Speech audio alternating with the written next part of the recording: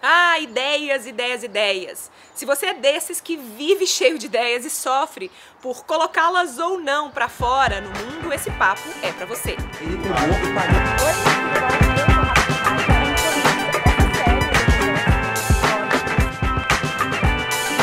Oi, tudo bom? Eu sou a Rafa Capai e esse é o Nave Retrospectiva, uma viagem no tempo do nosso canal aqui no YouTube com o suprassumo dos melhores insights dos nossos convidados sobre diversos temas que tocam esses três pilares que fazem parte da espaçonave: criatividade, empreendedorismo e desenvolvimento pessoal. E no episódio de hoje, as ideias e esse poço lamacento entre ter ideias e realmente colocar as ideias no mundo. Meus convidados, Bruno Peixoto, Gabi Gomes e Flávia Melissa, vão te provar por A mais B que o melhor lugar para suas ideias é aí fora, no mundo, e que já passou da hora de deixar o seu perfeccionismo de lado. Mas antes da gente começar, assina o canal, porque a gente tem um monte de conteúdo planejado pro ano que chega para te ajudar a cada vez mais colocar as suas ideias para fora.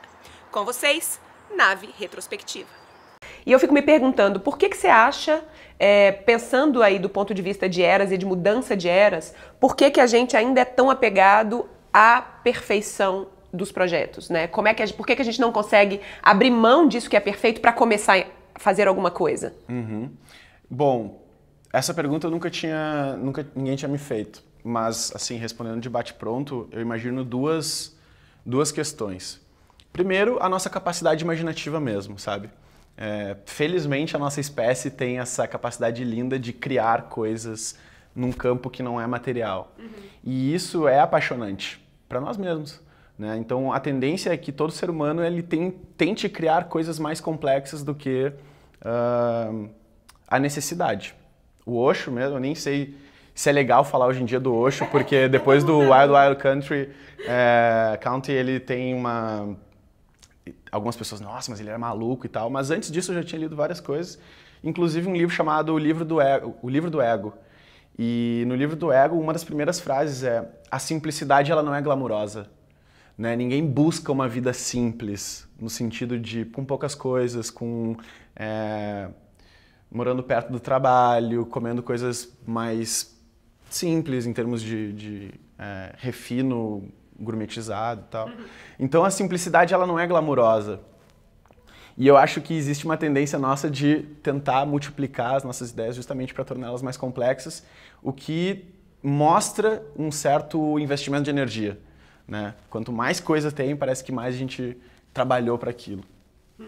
E outro lado, eu acho que o ser humano, no nosso caso mais criativo, não é estimulado a simplificar mesmo, sabe?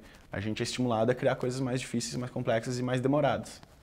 Eu tenho a leve impressão que essa busca pela perfeição nada mais é do que uma falta de conhecimento sobre como simplificar e também uma distância da realidade no sentido de entender que o legal desses processos é justamente ver a evolução.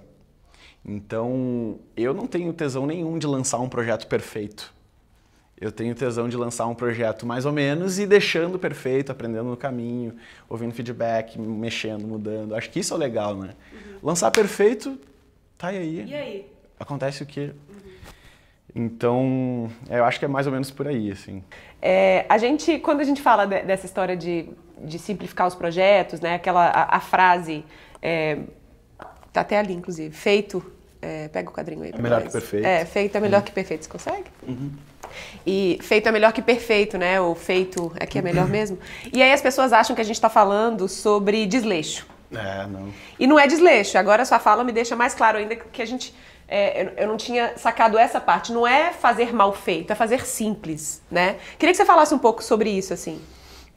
Feito é melhor que perfeito, eu acho que é justamente sobre uma frase que o Larusso falou, que foi: eu não gosto de fazer, eu gosto de ter feito. Que é olhar para trás e ver o que você fez.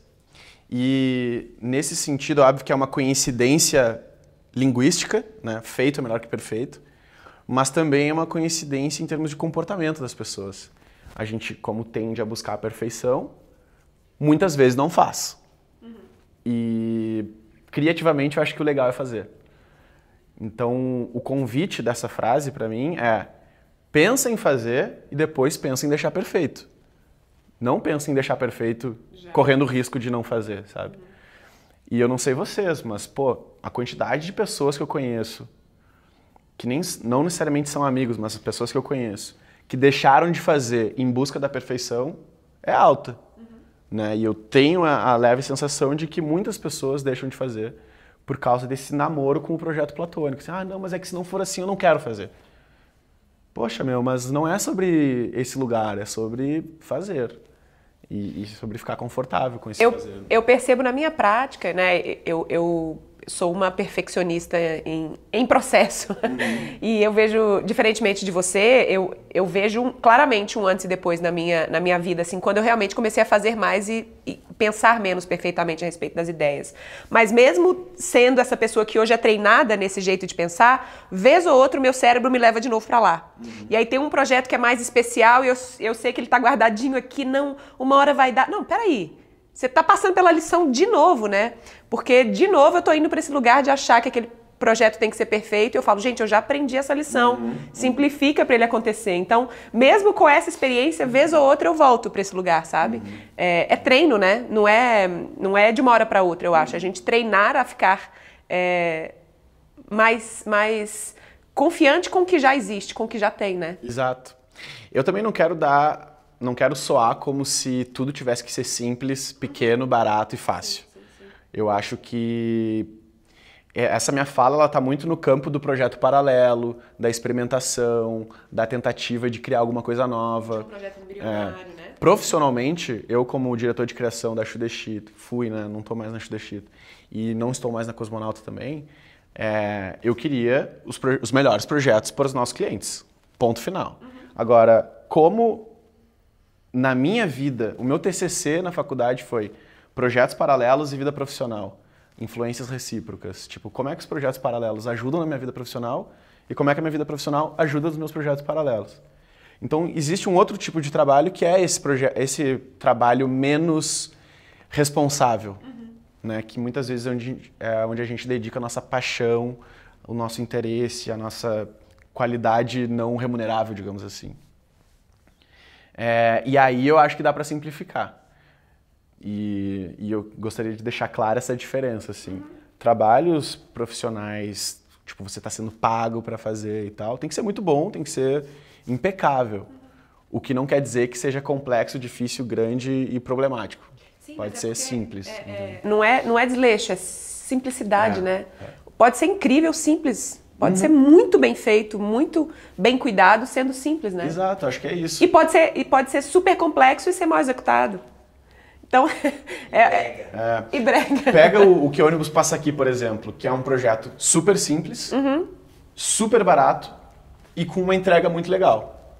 O projeto me custou R$25, né? E mais 75 dividido entre outras 3 pessoas. Imagina o impacto de R$25, né? Porque R$100. as pessoas elas não compram o custo do projeto, elas compram a verdade do projeto.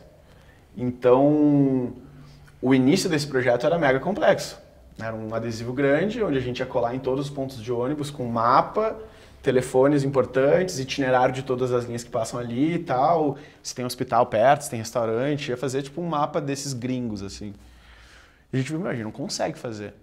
Então a nossa busca pela simplicidade foi reparando que a gente não conseguia fazer do melhor jeito possível, digamos assim. E a gente foi simplificando até chegar num adesivo branco. Tipo, o máximo da simplificação foi não tem nada aqui. Não tem absolutamente nada. E aí foi que, não tem nada. É genial. As pessoas vão escrever. Meu Deus, que foda. Só põe a pergunta que eu passo aqui, imprime esse negócio e vão pra rua. E foi tipo, que foda essa ideia. E o Larusso foi a primeira pessoa a apostar no projeto. Foi quando ele nos conheceu lá atrás, em 2012. A gente contou, ele mandou um e-mail pra gente dizendo eu queria conhecer vocês e tal, não sei o que, achei muito legal o projeto do Golf. E queria saber quais são as próximas ideias que vocês estão pensando. E aí a gente marcou de almoçar e falou, a gente tá pensando em colar uns adesivos no ponto de ônibus para as pessoas escreverem quais são as linhas. Ele, que demais, eu aposto R$25 nessa ideia, eu já ponho uma grana aí pra vocês. Ele deu R$25, R$25, gente. Daí eu falei, eu também vou botar 25, fechou R$100, a gente foi na gráfica, imprimiu 50 adesivos, colou, fez o vídeo, botou no Catarse e aí pronto, aí o negócio ganhou o viralizou. mundo. Massa. Então, tipo, essa coisa de fazer, sabe? Experimentar. Porque quanto mais a gente tem informações sobre o que outras pessoas estão fazendo, mais também a gente julga qual é o possível potencial das nossas ideias. Né? Porque você olha o outro projeto e fala, puta, mas o outro projeto teve 100 mil likes, meu, que merda, será que o meu tem como chegar lá? E aí eu acho que é legal também se afastar um pouco da realidade e falar, meu, vamos fazer, foda-se. Se for legal, maravilha. Se não for legal também, paciência. Eu amo a palavra experimento, né? Porque deixa claro que não tem grandes expectativas, né? E tira a própria expectativa. Experimento é uma das melhores palavras para Tô rotular. experimentando, né? Tô experimentando. Não tenho obrigação de nada a respeito disso. Legal. Nesse mesmo TED você fala também, né, que o mundo se divide entre as pessoas que reclamam e as pessoas que fazem. A gente tem, eu imagino, pelo conhecimento que eu tenho da nossa audiência da Espaçonave e, né, pesquisando esse universo dessas mentes criativas, que essa é uma das enormes dores que a gente tem. Não conseguir colocar as coisas em prática, né? Ter muitas ideias e não necessariamente executar essas ideias. Como é que a gente sai de um grupo, que é os que reclamam ou os que estão só observando e que tem um monte de ideias e coloca o dedo, mas não tá tão legal, isso não foi tão bom, pular para o outro, que é o outro. Não, eu vou começar a fazer com o que eu dou conta. Como é que você vê na sua prática, com as pessoas que você acompanha, as pessoas fazendo esse leap, esse salto? O salto, bom, eu escrevi um livro, né, o 333 páginas para tirar o seu projeto papel, junto com o Daniel Larusso e com o Luciano Braga, inclusive 2 super amigos e pessoas que me inspiram muito. Se você não viu, tem inclusive VQV Convida com o Larusso e com a Maripelli aqui. Exatamente. Tá linkado em algum lugar aqui. E a gente acabou conversando bastante sobre esse pulo, né? Pessoas não só que reclamam sobre questões pontuais, mas que gostariam de fazer alguma coisa, mas também pessoas que têm muitas ideias e não conseguem dar esse pulo para de fato materializar elas. E eu vejo que tem uma questão que é muito importante, que o Murilo Gun fala sobre leitura, que é o que você precisa fazer para ler mais, escolher livros fodas. Eu acho que a parte de execução de ideias é mais ou menos parecida. Você tem que escolher uma ideia que te apaixone, sabe? Como muitas das pessoas estão conectadas a trabalhos que não necessariamente preenchem elas criativamente, em termos de paixão, em termos de tesão, em termos de sentido de vida, existe um lugar paralelo à nossa vida, que é os projetos paralelos. E eu acho que o melhor lugar para começar é projeto paralelo. Onde você tem a sua segurança de vida, você tem o seu salário, você tem suas contas que são pagas com uma grana que está certa, mas tem um ambiente do nosso tempo, tem um lugar do nosso tempo que eu gosto de imaginar que ele pode ser melhor aproveitado quando existe essa ansiedade. Nem todo mundo tem essa ansiedade, mas quem tem, olhar para o tempo livre e falar, e se eu fizer aquele negócio que eu sempre quis fazer? Só que não adianta só pensar nisso, eu acho que tem que ter uma ideia que de fato te chame. E essa ideia tem que estar conectada com alguma paixão sua, alguma vontade sua de ver alguma coisa nova no mundo. Seja um blog, seja um Instagram sobre culinária, seja escrever roteiro para filme, seja ir para a rua fotografar gente estranha, seja lá o que for. Todo mundo tem alguma coisa que chama, né? Eu acho que o pulo do reclamar para o fazer tá em encontrar isso, né? Tá em olhar para a sensibilidade desses projetos e falar, puta, me conecto com isso. As pessoas, eu percebo que elas colocam muita pressão numa ideia, né? Porque tem que ser uma ideia para a vida, eu tenho que ficar casado com essa ideia pro resto da vida, tem que ser a ideia ideal, ela já tem que vir perfeita, as pessoas não se dão ao trabalho do processo, né? Do processo. Que é um namoro, né? Um projeto paralelo é um namoro, ele não precisa virar casamento se você não quiser. Tira o peso, né? Eu, quando converso com pessoas sobre projetos paralelos, a primeira coisa que eu falo é, isso é um projeto. Início, meio e fim. Como que ele vai terminar? Porque pensar como vai terminar ajuda a iniciar. Porque alinha as expectativas, né? E a expectativa é a mãe da merda. Quando você começa um projeto sem data de término, você começa a imaginar que daqui 10 anos talvez você esteja fazendo isso. Foi o que eu fiz no canal lá do YouTube. Eu falei, são 20 episódios, vou aprender, espero que seja super legal, vou fazer. Se tiver 10 visualizações por vídeo, maravilha. Se tiver 10 mil, maravilha. Mas o legal é fazer, eu quero fazer para ver o que acontece. E explorar, e experimentar nesse sentido. Então acho que também tem essa coisa do estipular uma data de fim para te dar mais conforto. Porque assim, fazer faz com que você fique mais confortável pro próximo fazer.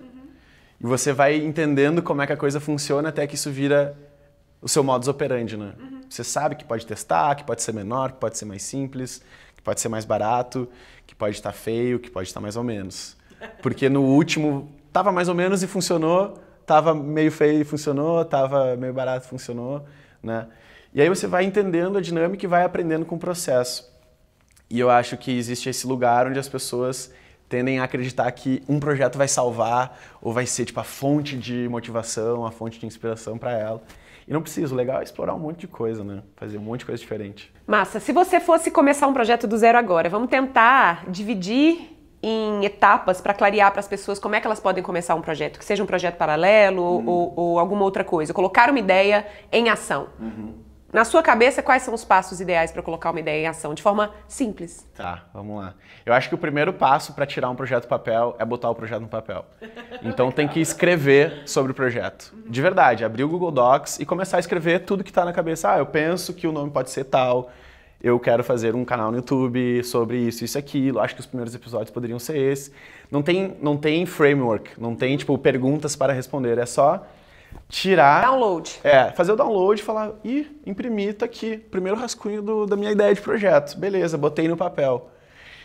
Depois, eu acho que é encontrar uma forma de falar sobre o projeto e sair falando para o máximo de pessoas possível. Eu meio que acredito que quanto mais você fala, maior a probabilidade de acontecer. Né? Porque Mas tem gente que acha o contrário, né? Tem gente que acha o contrário. Nossa, vão roubar minha ideia, vão acabar copiando, enfim. Eu acho que as pessoas vão botar mau olho e aí não vai acontecer. Pode ser que isso aconteça, porque as energias, né, a gente nunca sabe, mas eu tendo a acreditar que a energia sempre é positiva. Então, quando eu falo, tô pensando em fazer isso, acho que vai ser legal e tal, não sei o quê, o que tu acha? Né?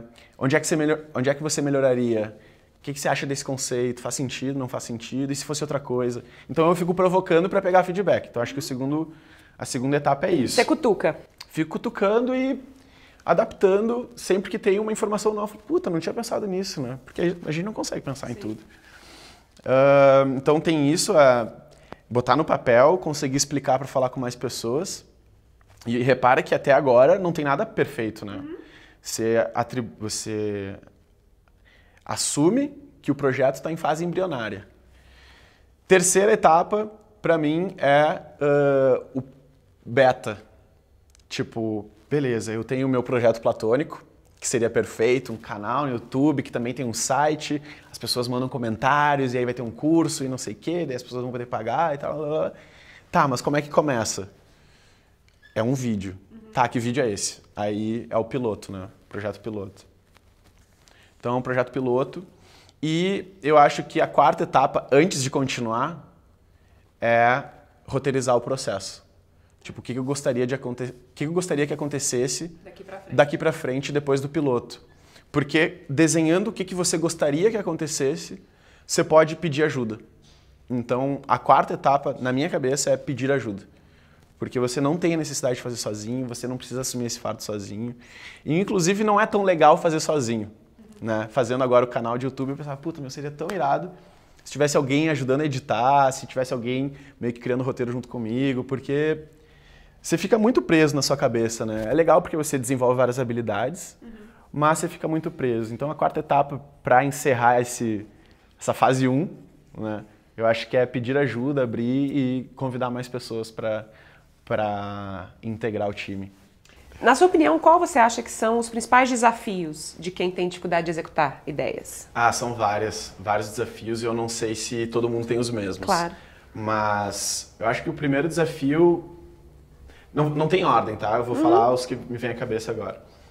O que as pessoas vão pensar?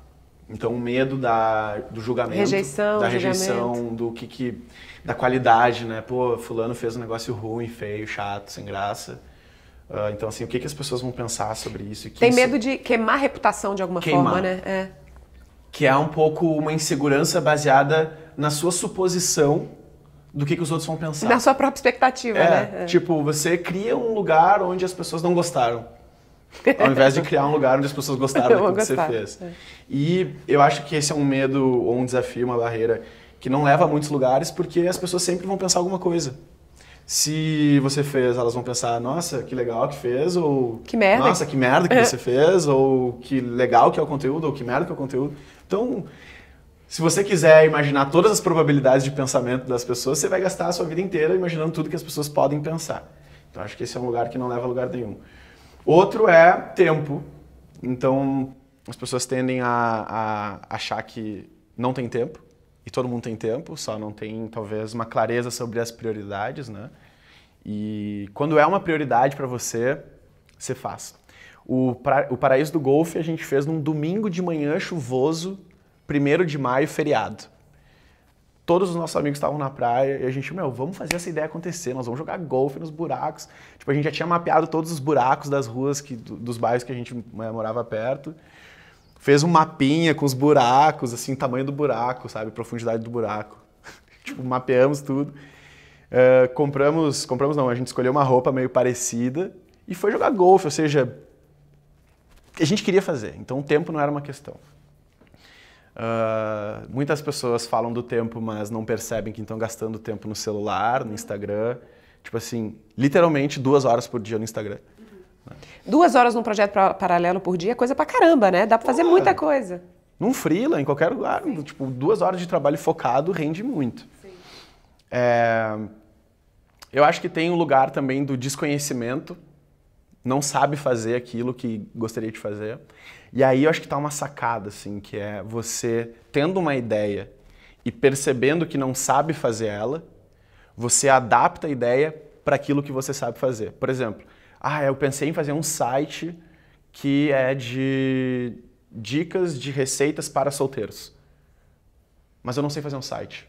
O que você sabe fazer? Sabe fazer uma página de Instagram? Sei. Então faz uma página de Instagram. Sabe fazer um blog?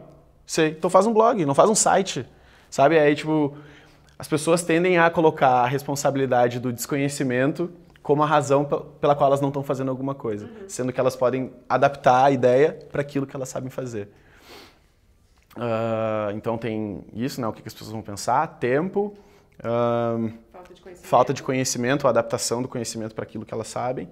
E eu acho que dinheiro entra mais ou menos conectado a esse desconhecimento, que é o projeto platônico, perfeito, custa caro. O projeto real, inicial, beta, protótipo, talvez seja barato. Só que a gente está apaixonado pelo projeto platônico. E o projeto platônico custa caro. Então, acho que o mais legal é imaginar como é que seria a primeira versão, porque a primeira versão cabe no seu bolso. E isso talvez ajude a quebrar essa barreira do fazer, né?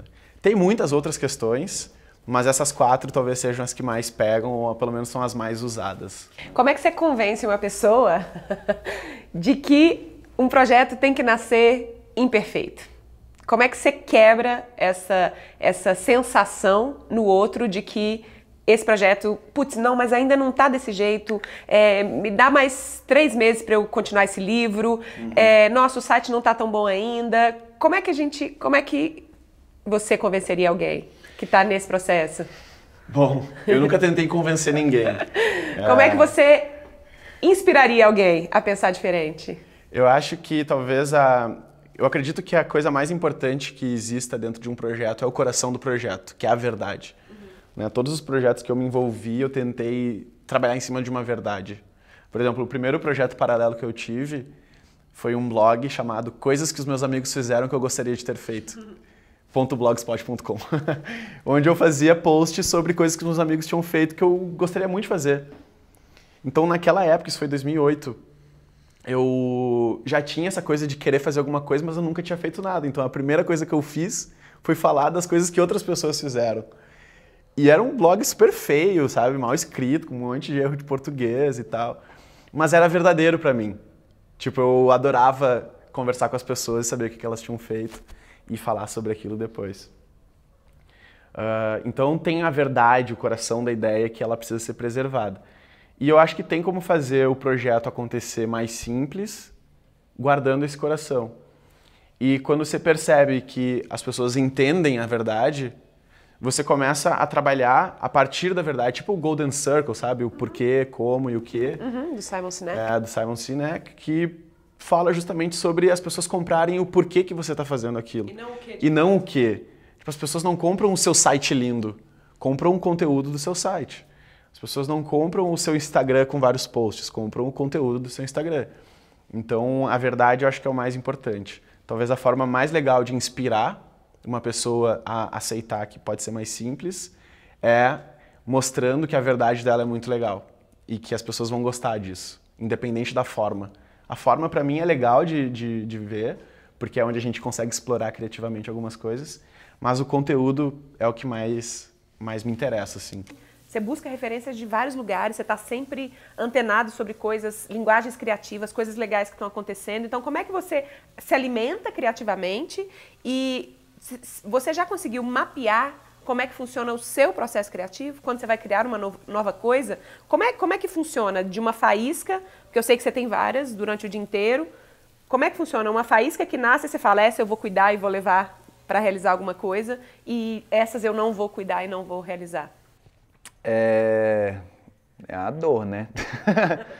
Porque eu tenho muitas ideias mesmo, e aí eu fico... Só que eu fico nessa dicotomia mesmo, de tipo, faço, não faço, levo pra frente, não levo, abandono alguma coisa pra colocar outra e tal.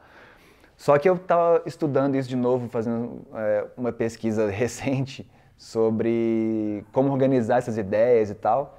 E aí eu descobri que eu faço eu já tenho uma metodologia para isso, e eu começo tudo no papel.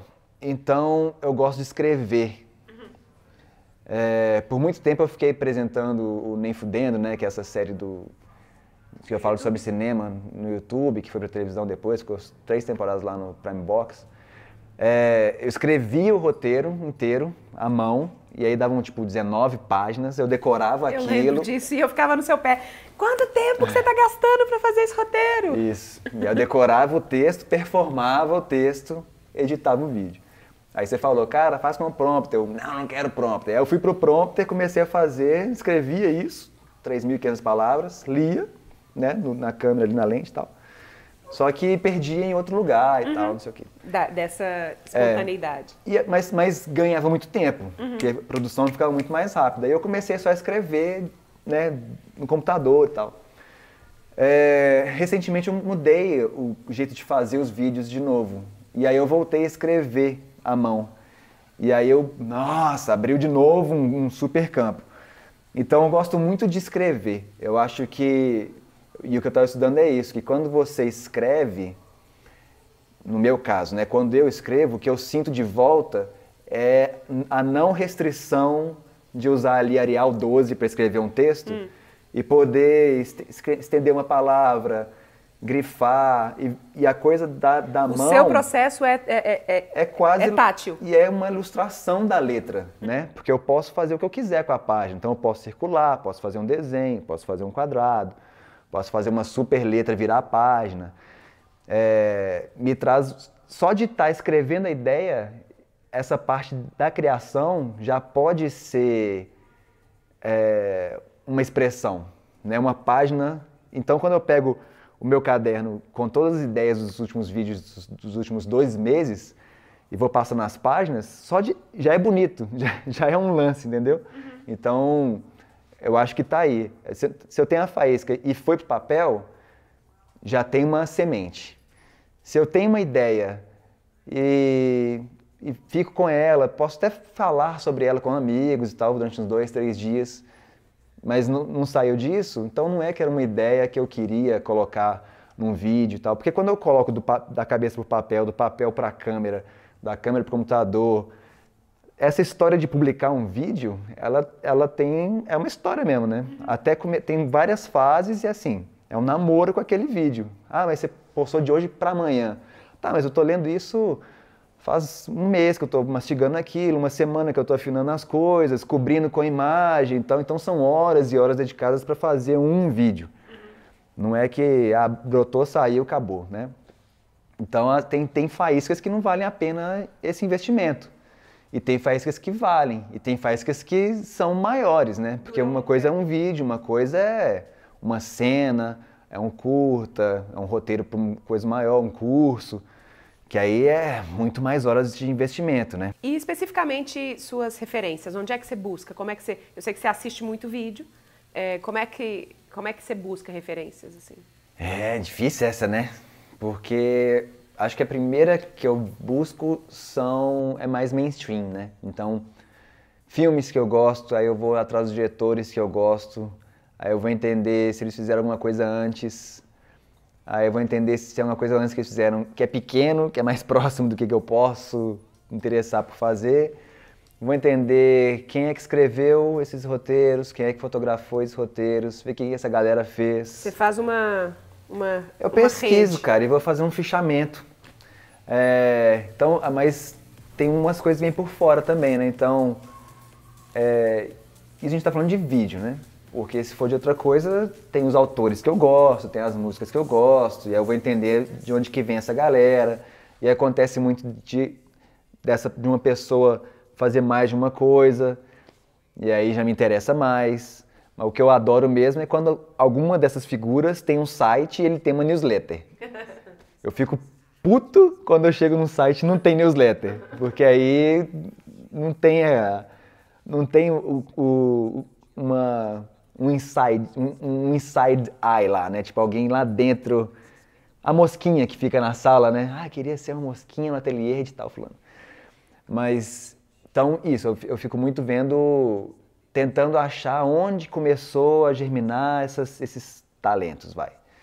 E quando eu saio do mainstream, tem algumas referências de YouTube, com algumas coisas, umas pessoas que aparecem e falam, isso que essa pessoa está propondo é interessante, deixa eu ver o que mais. E Vimeo também, porque o Vimeo é mais um lugar... Não que no YouTube não seja profissional nesse sentido, mas o Vimeo é mais essa coisa de portfólio do que o YouTube. Então, tem muito mais referências que são mais vanguardistas, assim, no Vimeo. Mas o YouTube tem uma linguagem que já é mainstream também, né? Então, é balancear esses lugares. Outro dia eu estava abrindo no computador NetNewsWire, né? Nossa, pra quem não sabe o que é isso... Que é um manager, né, um administrador de feed. E aí você deu risada. De Nossa, RSS. você usa feed de RSS? E eu falo, uso. Quando eu preciso de alguma ideia legal, quando eu quero... Não que eu preciso de uma ideia, mas tem vezes que eu vou falar alguma coisa para Macacos Espaciais, que é esse espaço onde que eu compartilho muito do meu processo criativo, do workflow, para um grupo que está interessado em fazer coisas. E aí... às vezes é nesse feed de RSS que eu já separei os temas, né? Então, coisa de motion, coisa de fotografia, tópicos de screenwriting, tópicos de edição, de trilha, muito das fases de fazer vídeos. E também outras coisas, notícias gerais de cinema, notícias gerais de música e tal. Então eu entro ali de vez em quando só para ver se tem uma coisa que passou no meu radar geral. Porque eu já não estou mais... Eu saí, né, de Facebook, saí de Twitter, saí de... Então eu só tenho alimentado dos caras que eu sigo em newsletter. Só tem consumido. Isso. Então as coisas que você via no Facebook, de páginas que eu curtia e tal, eu não tenho mais essas notícias, porque eu não preciso de ficar sobrecarregado com isso. É por isso que eu saí, assim. Sim. Mas uma vez por mês, mais ou menos, eu navego nesse feed para ver todas essas páginas que eu não sigo, o que eles postaram no site, não o que eles estão postando no Facebook. Porque no Facebook o cara coloca uma enquete, e aí, saiu tal filme, você assistiu ou não, sabe? Não, e às vezes você não vai ver, o Facebook já não vai te mostrar tudo que já não me mostra, ou mostra só o que eu vi ontem no Facebook, aí no dia seguinte me mostra mais daquilo. Sim. Então não me interessava muito. No feed não, no feed mostra tudo. E aí o trabalho é seu de filtrar, né? Então eu caminho por ali também uma vez por mês para ver isso. A maioria das referências são gringas, assim. Não que eu não ache que não tenha qualidade no Brasil, mas acontece muito disso, descubro aqui no Brasil, aí vou no Instagram. Aí no Instagram leva para o site, aí no site não tem newsletter, aí eu não consigo acompanhar o que aquela pessoa está fazendo. E a gringa, eles têm mais experiência com isso, né? Eles fazem isso há mais tempo, então eles já têm esses caminhos mais prontos, assim. Essa troca direta entre o criador e a audiência, né? Já entende isso, né? Sim. Como é que vocês têm ideias? Como é que vem talvez desse seu transbordamento pessoal, mas pode vir de um transbordamento de outra pessoa, de dentro do time também? Nossa, como é que surge isso? Com certeza. Assim, hoje eu sinto que nos momentos em que eu não estou pensando sobre trabalho são quando vem as melhores ideias, né? Eu acho que é aquela velha história de quando você relaxa, a coisa acontece, né? Isso também é trabalho, criação é sobe e desce. Não é lindo isso? E é exatamente isso. Frase da Silvia Strass. E é isso, né? Porque quando você tá nesse espaço de enaltecimento do vazio, porque isso daqui é ilusão, né? Tem muito mais espaço vazio aqui dentro do que preenchido. E a gente quer se preencher de coisas, preencher as nossas horas, preencher as nossas ideias. O tempo todo a gente está buscando calar esse vazio, né? E é um vazio constitucional. É um vazio que, assim, no universo está provado. Tem muito mais antimatéria do que matéria, né? E se a gente não tivesse com espaço vazio dentro dessa sala, a gente não estaria conseguindo conversar, porque as ondas sonoras né? Rebate, se propaga pelo vazio, e, enfim. Então eu acho que a gente, nesse momento de tá brincando com o filho no jardim, tá olhando um pôr do sol, ou tá fazendo comida, caminhando com o cachorro. Eu acho que é um momento, assim, eu pelo menos sinto no meu processo, que são esses momentos, são os momentos que me dão esses plins, assim, né? E aí eu tenho um time maravilhoso, que aí eu falo dos plins e assim, não, então eu vou fazer isso, e a gente pode fazer aquilo e não sei mais o que, e aí a coisa flui, né? E uma coisa que eu acredito muito, assim, que eu acho que também é uma grande quebra de paradigma, é a gente parar de enxergar concorrência em todo mundo e a gente começar a enxergar realmente que 1 mais 1 é muito mais do que 2, né? Então eu tenho a sorte de me relacionar com pessoas, os parceiros do Portal Despertar e meus amigos pessoais, que são pessoas que me agregam muito, assim, né? Então eu acho que dessa inter-relação, desse somos todos um mesmo, né? Eu acho que nascem coisas muito bonitas, né? Bonito de você ver, porque é pipoca mesmo, né? É milhinho estourando. Né? Eu tenho tentado cada vez mais. Eu sempre morri de medo de ter empresa com muita gente, assim. Tinha sonhos, sofrendo, chegando na empresa, não conseguindo lembrar o nome de ninguém, não sabendo delegar pra ninguém, até que um dia o caminho me trouxe pra isso. Não foi uma coisa que eu estudei, assim, e eu ainda sofri um pouco com isso, mas eu tenho percebido uma coisa muito bonita, que é como criar uma empresa que seja uma plataforma de desenvolvimento pessoal, sabe? A Espaçonave começou como uma plataforma do meu próprio desenvolvimento e hoje eu tenho visto que todos nós estamos lá aprendendo, todos nós estamos virando pessoas diferentes, nos relacionando, aprendendo uns com os outros. Então, é como qualquer rede, né? Ou familiar. Sim, sem dúvida. Ei, você, antes que você vá embora, deixa eu te avisar que o meu livro Criativo Empreendedor, Sim Senhor, tá de volta no estoque. Mas corre, porque tá saindo igual pão quentinho. Para saber mais é só digitar cssimsenhor.espaçonave.com.br.